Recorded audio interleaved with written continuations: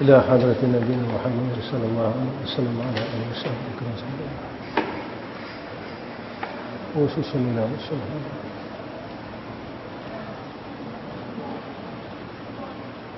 الفاتحة. أعوذ بالله من الشيطان الرجيم. إياك نعبد وإياك نستعين اهدنا الصراط المستقيم.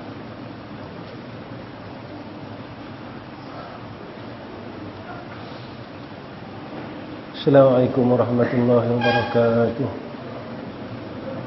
Alhamdulillah rabbil alamin wassalatu wassalamu ala asyrafil anbiya'i wal mursalin wa ala alihi washabbihi ajma'in. Rabbi ishrah lana sudurana wa yassir umurana wa hlul 'uqdatam min lisani yafqahu qawlana. Allahumma lakal hamdu wa ilaikal mustaka wa antal musta'an wa la hawla wa la quwwata illa billah. Allahumma arzuqna fahman nabiyyin hifzal mursalin wa ilhamil malaikati muqarrabin. Qala musannif rahimahullahu ta'ala, nasihat yang ke-23, tinggalkan 4 perkara. Wahai anakku yang tercinta, sekarang aku menasihati engkau dengan nasihat yang terakhir, iaitu dengan 8 perkara. Jadi musannif nasihatkan kita dengan 8 perkara, maka terimalah nasihatku ini. Supaya kita ni beramal, maksud kata terima, beramallah.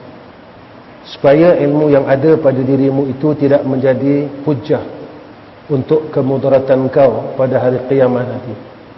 Supaya ilmu yang ada pada kita tidak menjadi laknat, ya, menjadi laknat atas kita di akhirat. Sebab kata Nabi SAW, Al-Quran hujjatul lak wa alaika. Quran, ilmu dia menjadi syafaat ataupun dia menjadi laknat atas kita besok dekat akhirat. 8 perkara ini terbahagi kepada 2. 4 perkara mesti kau tinggalkan dan 4 perkara mesti kau laksanakan. Adapun 4 perkara yang mesti kau tinggalkan, maka iaitu perkara pertama, bahawa seboleh-boleh jangan kau bertengkar dengan seseorang pada apa jua masalah. Kerana pertengkaran itu mengandungi bermacam-macam penyakit. Kalau boleh, jangan mujadalah dalam ilmu. Elakkan bab mujadalah. Ya, lagi-lagi pada orang yang suka membangkitkan mujadalah, pertengkaran dan sebagainya.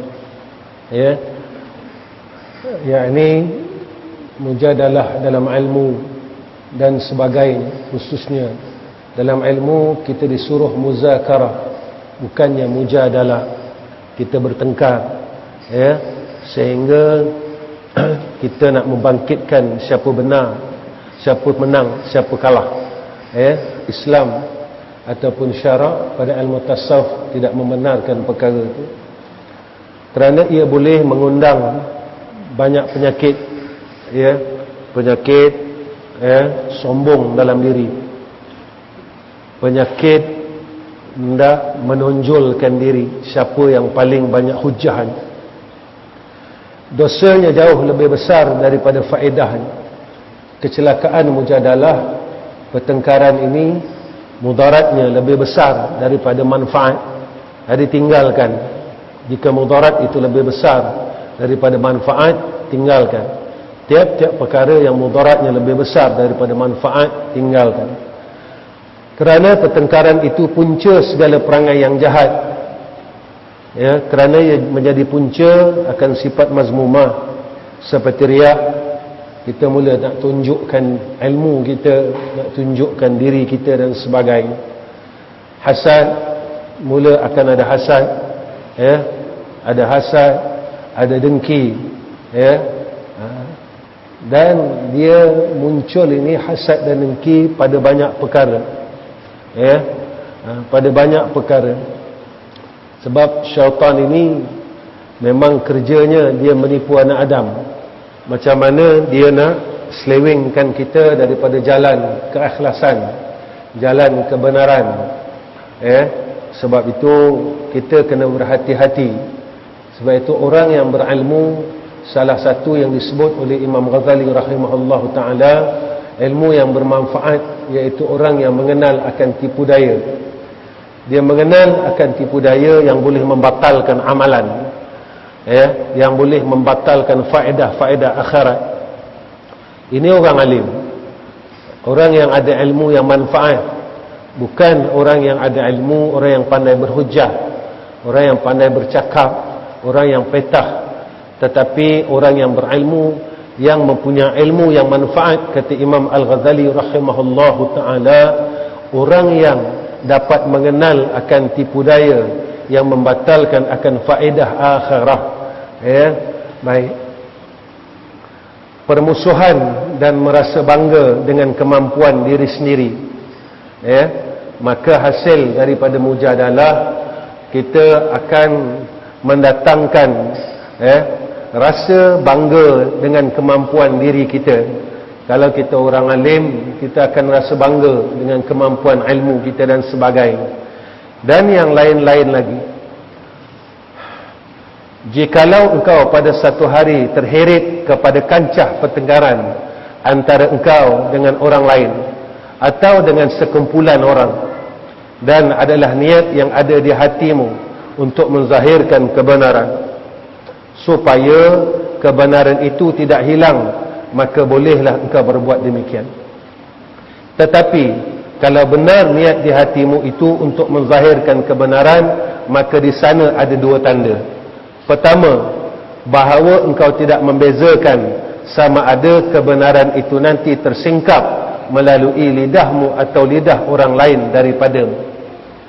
Kalau boleh kita kekalkan, iaitu atas dasar perjalanan ilmu yang kita terpelihara daripada sifat mazmumah, mendatangkan kemarahan, kesombongan, maka pada ketika itu perkara itu dibenarkan bagi kita amal makruf nahi mungkar.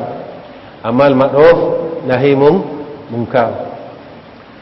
Sama ada kadang-kala apabila di dalam mujadalah ini, ataupun dalam pertengkaran, ataupun dalam kita nak menyatakan kebenaran, maka akan datang satu sifat dalam diri kita, nak juga menang dalam hujah. Yang ni tak dibenarkan oleh syarak, kerana menzahirkan perasaan bangga diri dalam menzahirkan kemampuan. Sebab kita terlupa. Abi bagi contoh macam ni, seorang guru dia akan marah murid dia akan buat murid dia ini supaya betul-betul pandai, dan dia terlupa yang memberi pandai itu adalah kerja seorang guru ni mengajar. Ketika dia melampaui akan had batas seorang hamba Allah, begitu juga apa yang disebut oleh Imam Al-Ghazali rahimahullahu ta'ala. Guru ni dia kena berusaha, tetapi dia tak boleh memastikan.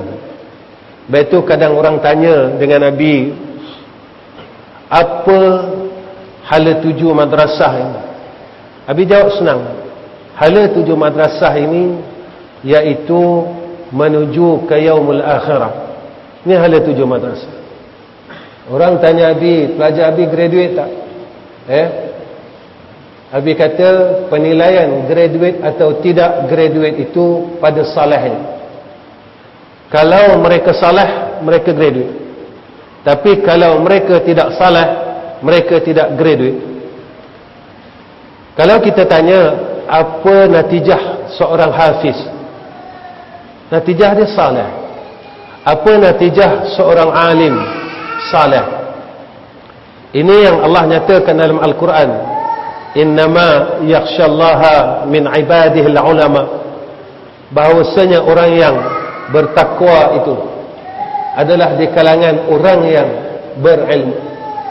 Jadi graduate atau tidak graduate seorang pelajar itu, apabila dia telah menjadi seorang yang saleh pada sisi Allah Subhanahu wa ta'ala, selagi mana dia tidak saleh, selagi mana dia tidak menjadi insan yang baik yang diperintahkan oleh Allah dalam Al-Quran, wal asri innal insana lafi khusrin illal ladzina amanu, melainkan orang yang beriman, wa amilus salihat, dan orang yang berbuat amal saleh.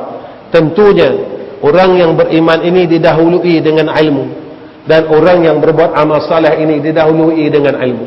Sebab itu apabila seseorang yang berilmu dan seseorang yang berilmu tapi dia tidak berbuat amal saleh, maka yang disebutkan pada awal Imam Al-Ghazali rahimahullahu ta'ala, maka ilmu ini nanti akan menjadi hujjah, akan menjadi laknat ke atasnya, mendakwa dia besok di yaumul akhir.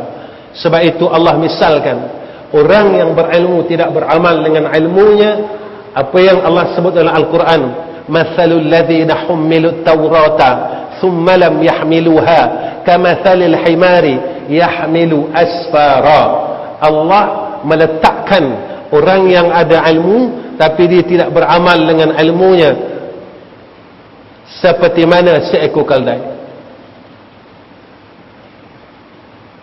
Dia macam keldai. Jadi Allah letakkan, misalkan orang yang sedemikian seperti mana seekor keldai. Sebab itu apa yang Nabi selalu sebut pada kamu, bukan pada pengiktirafan manusia. Hari ini orang boleh iktiraf kita, dan akan datang orang boleh menarik pengiktirafan tersebut. Yang kita tuntut adalah pengiktirafan daripada Allah Subhanahu wa ta'ala. Yang kedua, bahawa perbahasan itu lebih disukai seandainya dilaksanakan di tempat tertutup dari tempat yang dihadiri oleh orang ramai. Ini kaedah dia. Supaya apa? Supaya maka di dalam muzakarah tersebut, maka kita tidak mengaibkan orang lain, kita tidak mengaibkan seseorang. Sebab itu Islam ini cukup cantik. Di dalam perbincangan muzakarah, maka adanya adab-adab yang perlu kita lalui. Tapi sekarang kalau kita lihat, kalau ada perbincangan mesti tempat umum. Sebab itu ulama dijelaskan kepada kita ni, diletakkan garis panduan satu-satu supaya kita ikut, supaya kita ni mengikut kaedah yang telah ditetapkan. Kalau boleh ikut kata ulama, kalau boleh ada dua perkara ini, maka hendaklah kita ini boleh berada di dalam perbahasan tersebut. Dan dalam hal ini ada satu faedah yang perlu aku mengingatkan akan dikau. Apa dia?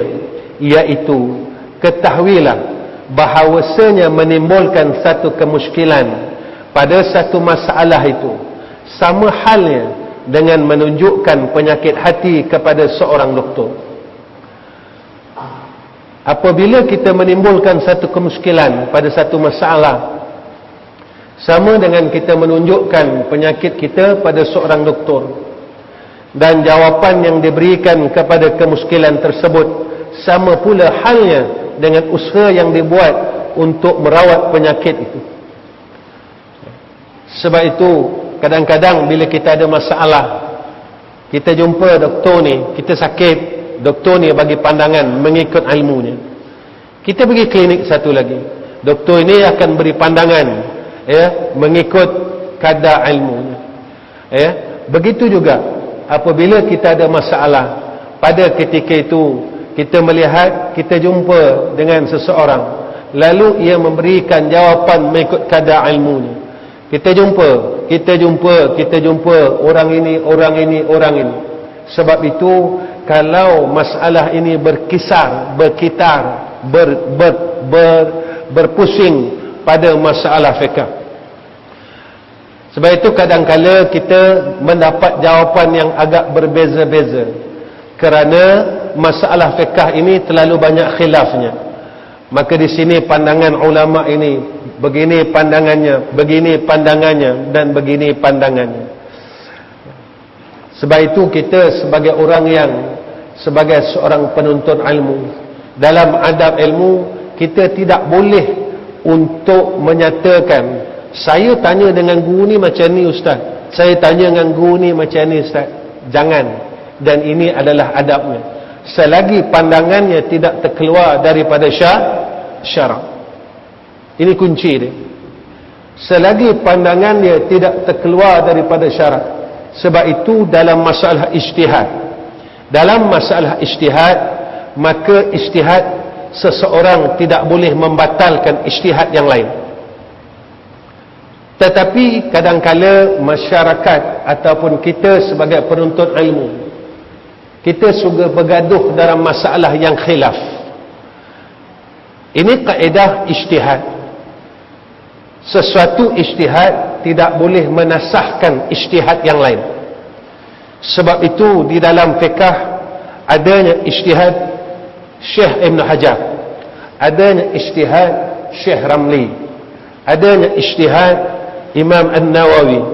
Maka ijtihad ini, walaupun ijtihad Ibn Hajar ini lebih kuat pada maqamnya, dan tidak boleh menasahkan, tidak boleh memansuhkan akan ijtihad Syekh Ramli, Imam Nawawi dan sebagainya, dan lain-lain ulama di dalam mazhab Syafi'iyah. Ini kaedahnya. Ini berlaku ke atas Imam Asy-Syafi'i rahimahullahu ta'ala.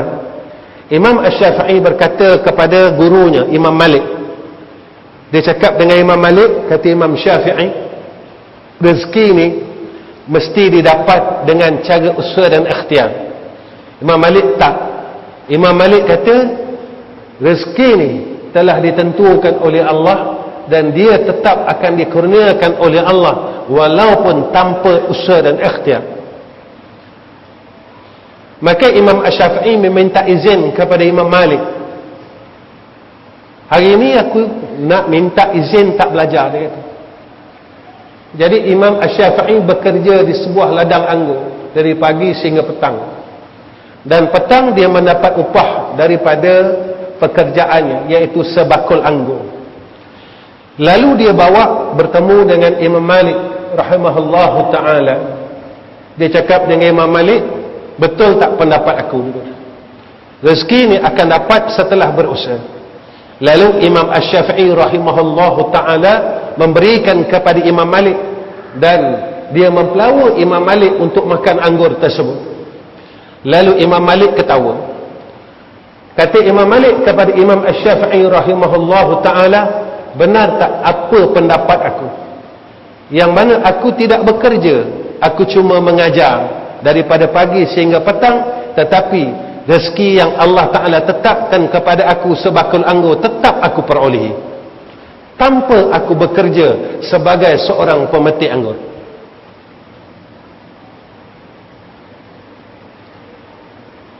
Maka pendapat daripada Imam Asy-Syafi'i ini benar, dan pendapat daripada Imam Malik juga benar. Lalu ulama tasawuf menyatakan di dalam masalah rezeki ini, iaitu dalam bab asbab dan tajrid, ada kupasannya oleh ulama tasawuf. Siapa yang duduk pada makam asbab dan siapa yang duduk pada makam tajrid, ada dibahaskan.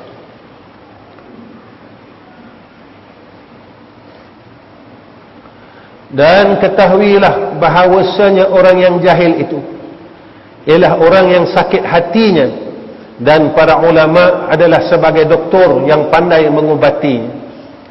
Dan orang yang alim tetapi belum sampai sempurna ilmunya, atau doktor yang bukan pakar, tidak layak melaksanakan perubatan. Nampak? Bahkan seorang yang alim telah sempurnanya ilmu, belum tentu ia mahu mengubati semua orang yang sakit. Mereka hanya mengubati pesakit yang diharapkan boleh sembuh atau dapat diubatinya. Nampak tak? Faham tak? Orang alim ni, dia tahu dah. Orang ni, dia bertanya sebab dia tak tahu, atau dia bertanya sebab penyakit mazmumah ni, atau dia ingin menguji akan ilmu seseorang. Sebab itu kita lihat ulama-ulama silam. Ulama-ulama silam dia bijak. Bijak ulama silam. Sebab itu ulama guru kita, kalau kita lihat, mereka ini tidak sibuk dengan perkara yang tidak sepatutnya mereka sibuk. Perkara yang mereka layan, mereka layan. Perkara yang mereka tidak perlu layan, mereka tidak akan layan. Maka ini hebatnya ulama. Itu pandangan-pandangan mereka ini adalah pandangan yang disebut oleh Rasulullah sallallahu alaihi wasallam, ittaqu firasatul mu'minin. Takutlah akan firasah orang mukmin, yaitu mukmin yang berilmu. Mereka hanya mengubati pesakit yang diharapkan boleh sembuh atau dapat diubati. Jika seandainya pesakit penyakit itu sangat kronik sekali, sangat susah untuk diubati, atau memang sudah tidak ada jalan untuk diubati, maka kepandaian seorang doktor itu bahawa ia berkata orang ini sudah tidak dapat diubati, maka doktor pun sudah tidak mahu membuang masa untuk mengubatinya. Kerana mengubatinya pesakit yang seperti itu samalah hal dengan membuang masa sahaja. Begitulah keadaannya seorang guru. Dia tegur kita, dia tegur kita, dia tegur kita. Kita ni tak nak berubah. Sampai satu saat dia biarkan. Sama macam doktor. Bila guru ni dia tegur, tegur, bagi tahu, maka kita tak peduli. Pada ketika itu dia biarkan. Sama macam doktor. Doktor kata penyakit dia tak boleh ubat, serahlah. Kita pergi hospital, maka ketika itu doktor kata apa? Kami dah habis ikhtiar. Kita serahlah pada yang kuasa, kata dia. Kalau ada keajaiban. Begitulah keadaannya seorang guru. Bila telah dinasihat, lalu dia kata apa? Aku serah kepada Allah. Sama ada Allah ingin memilihnya untuk memberi hidayah atau tidak. Sebab apa? Sebab degil. Sebab apa? Sebab engkar. Adapun 3 penyakit kejahilan yang tidak boleh diubati itu ialah 1, orang jahil yang bertanya menimbulkan masalah kerana didorong oleh sifat hasad atau marah. Tanya, tapi sebab kerana hasad, kerana marah, lalu dia bertanya ni tadi kerana menguji akan seseorang.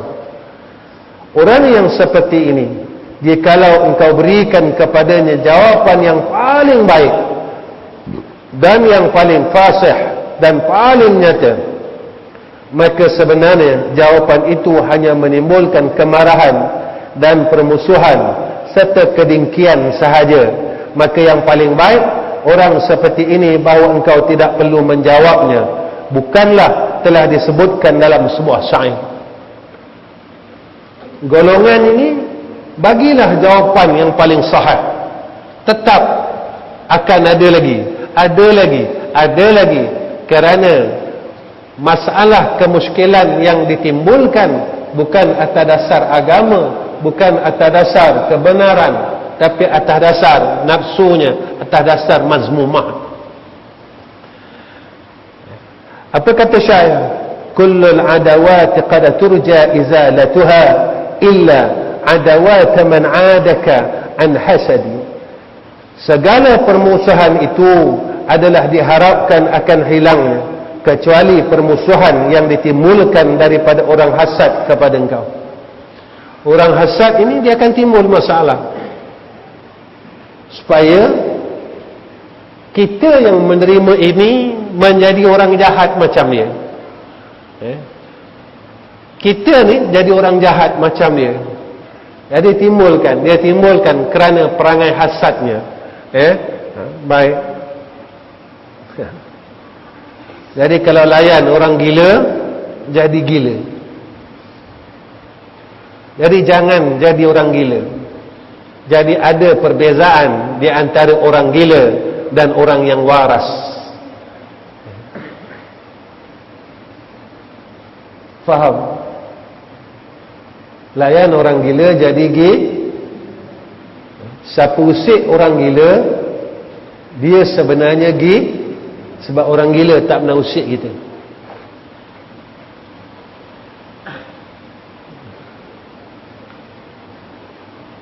Dia jadi orang yang waras.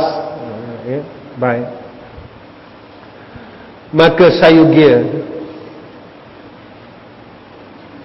Lepas itu kita layan orang gila. Kita layan. Kita dah tahu dia gila, kita layan dia. Ada gila lah. Habis pengalaman hidup, orang gila ni tak pernah buat masalah dengan Nabi. Dulu ada satu orang gila, kalau tak percaya tanya Umi. Habis duduk bawah sana, rumah tinggi tu. Orang gila ni, dia suka ambil baju kain yang tersidai dekat Darul Atiq. Tapi rumah Habib dia tak pernah ambil. Habib tanya dia, kenapa tak ambil kain dekat rumah saya? Dia cakap dengan Habib apa? Kamu tak gila dia. Habib ni tak pernah marah dia. Malam pukul 12 Habib layan dia. Baring dekat jalan. Baring, dia baring, Habib ikut baring. Dia kata, Ustaz, jom tengok langit. Cik Seman ingat, nama dia Mak Kebal, orang Patani tu. Cik Seman dah lupa tu. Habis layan dia, layan. Dan satu hari dia sihat, dia balik Patani.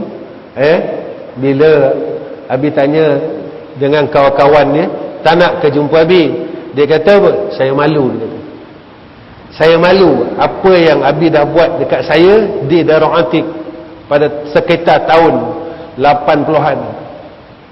Dia malu.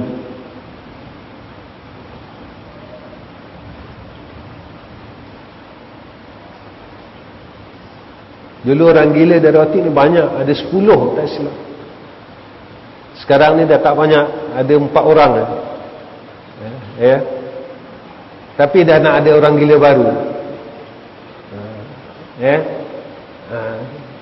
Sebab apa? Bila kita usik orang gila, kita jadi kita dah mula nak jadi orang gila baru.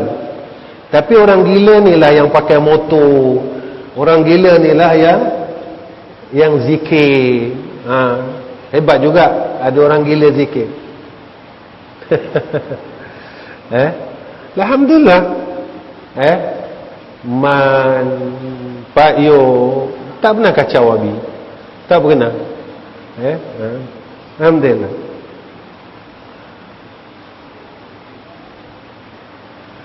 Maka sayugianya bahawa engkau berpaling daripadanya dan tidak perlu membuat jawapan pada pertanyaan, dan engkau biarkan dengan penyakit dia. Biarkan dengan penyakit. Biarkan dia. Jangan kita sibuk dengan perkara yang sama, yang dibangkitkan bertahun-tahun.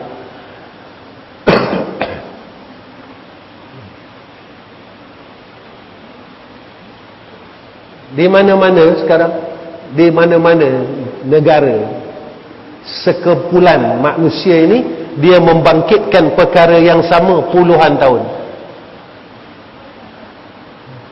Sama je. Jadi kita seolah-olah menjadi barang mainan mereka. Kalau bulan Ramadan jadi barang main, 8 ke 20, selawat ke tidak. Jadi kita kisahkan benda yang sama puluhan tahun. 50 tahun, 60 tahun menjadi barang mainan. Walhal banyak lagi kelompok-kelompok yang lebih sesat, Syiah, Qadiani, tapi mereka ini tak nampak. Sebab apa? Sebab kita tak kisahkan pun.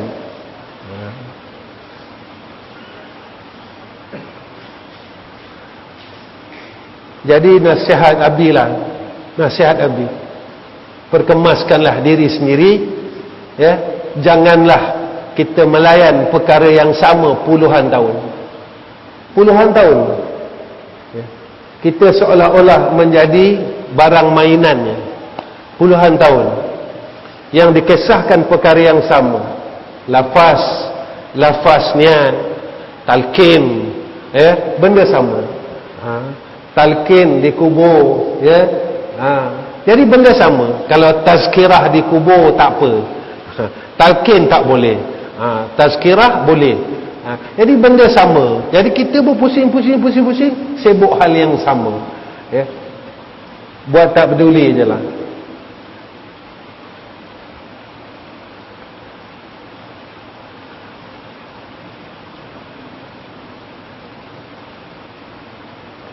Berfirman, sebab itu habis sebut begini,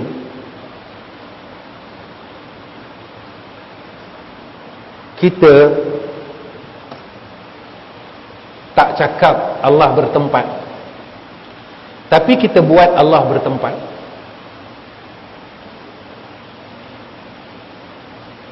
Sampai kat Mekah takut sangat, sampai kat Madinah takut sangat. Kita tak cakap Allah tapi kita buat Allah sama tak?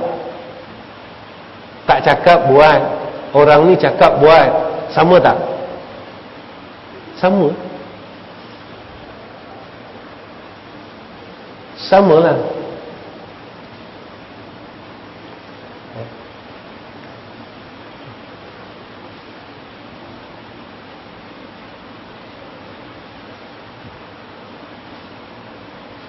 Jadi kalau dah sama-sama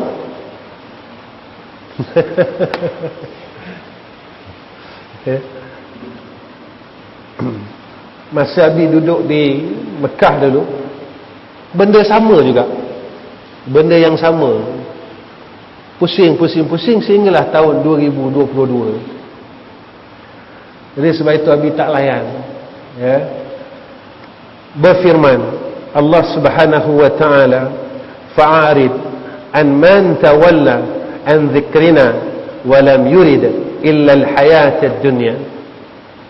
Maksudnya, maka berpalinglah engkau daripada mereka yang telah memalingkan mukanya daripada mengingati kami. Mana yang berpaling daripada Allah, maka kita berpaling daripada dia. Allah dah tunjuk jalan. Al-mal ma'ruf nahi munkar, itu kisah lain. Nak bersekongkol, bersekutu, tidak akan sama sekali. Dan dia sebenarnya tidak menghendaki kecuali hanya kesenangan hidup di dalam dunia. Dan orang yang hasad pula pada setiap perkataan. Sebab orang berfikir macam ni, kalau ikut agama betul-betul susah. Jadi kena mensyirikkan Allah baru senang. Kalau jadi orang baik susah. Jadi dalam jadi orang baik, nak senang buat jahat. Macam itulah orang faham. Sebab itu apa yang kita dapat tidak akan pernah cukup. Masalah. Harta yang kita dapat masalah. Kita dapat memang harta yang banyak, tapi masalah. Orang ni lah, adik-beradik lah, itulah, inilah. Sebab kita masih dalam keadaan yang mensyirikkan Allah dan berbuat kejahatan.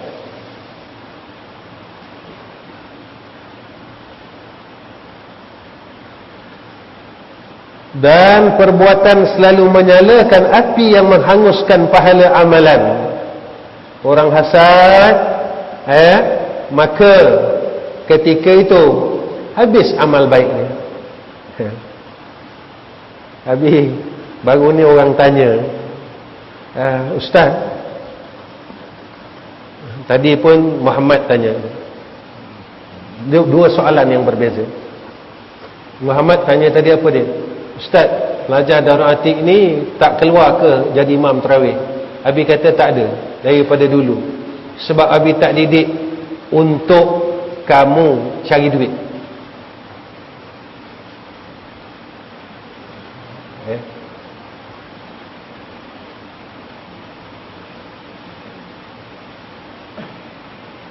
Faham? Kenapa Abi tak hantar? Ada yang berkelayakan, tapi Abi tak nak didik kamu. Lidunya wa ma fiha.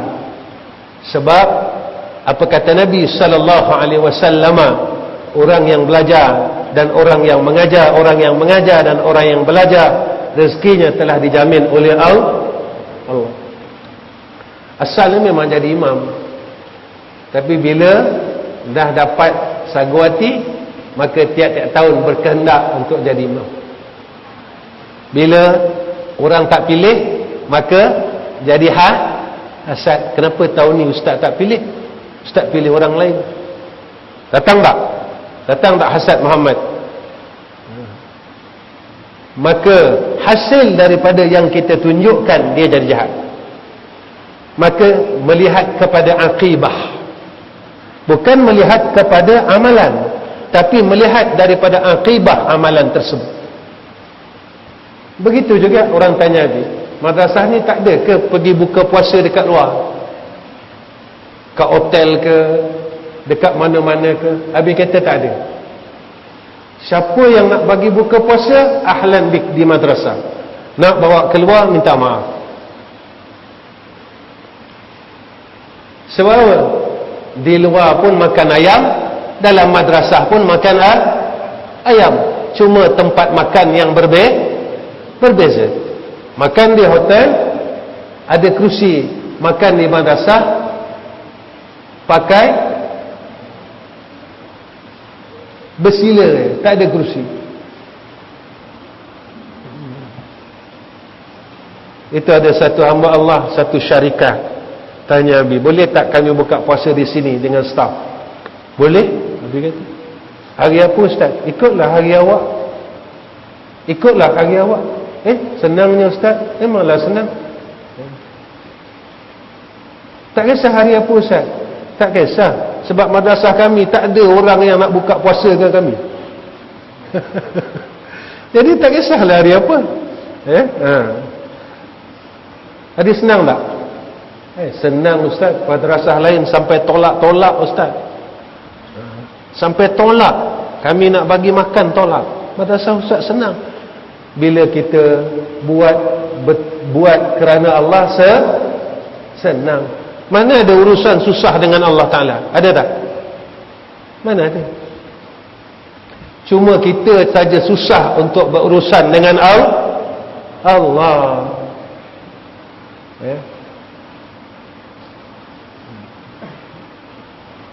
Baik. Itu kadang-kadang Abi menung, Abi senyum seorang, memikirkan bahawa hidup ini mudah sebenarnya, tetapi kita yang menyusahkan diri kita sendiri. Betul, Abi minta dengan kamu kekalkan apa yang telah kamu amalkan. Kamu ini sebahagiannya kamu banyak bergantung dengan usaha kamu sendiri, sehingga kamu melupakan untuk munajat dengan Allah. Kalau Abi tanya kamu lah, selawat kamu banyak mana? Zikir kamu banyak mana? Berapa banyak? Tahlil kamu banyak mana? Tasbih kamu banyak mana? Kamu lebih banyak bergantung kepada diri kamu sendiri. Walhal kita mengaji usul, mengaji tauhid yang bersifat dengan qiyamuhu ta'ala binafsih adalah hamba Allah kena bergantung dengan Allah. Jadi kita tak nak kita tunjukkan aku boleh, aku boleh, aku boleh. Walhal hakikatnya aku tak boleh. Mana Allah ingatkan kita pada zikir hauqalah, la haula wala quwwata illa billahil aliyyil azim. Kerana sifat hasad itu memakan ia akan pahala segala kebaikan, seperti mana halnya api memakan akan kayu bakar. Wallahu alam. Sampai situ, malam esok kita sambung insya-Allah. Abi usaha Abi nak habiskan sehingga Jumaat malam Sabtu, sebab Jumaat malam Sabtu kita dah masuk malam 21. Abi nak cuba habiskan sehingga 20 Ramadan insya-Allah. Bismillahirrahmanirrahim. Alhamdulillahirabbil alamin wassalatu wassalamu ala asyrafil anbiya'i wal mursalin wa ala alihi washabbihi ajma'in. Allahumma jammilna bil afiyah was salama wa haqqqiqna bit taqwa wal istiqamah wa a'izna min mujibatin nadama innaka sami'ud du'a. Allahumma ansur ilayna ya Allah, Allahumma ansur ilayna ya Allah, Allahumma ansur ilayna ya Allah. اللهم ارحمنا وارحم لكل المسلمين، اللهم ارحمنا وارحم لكل المسلمين، اللهم ارحمنا وارحم لكل المسلمين. وصلى الله على سيدنا محمد وعلى آل سيدنا محمد والحمد لله رب العالمين.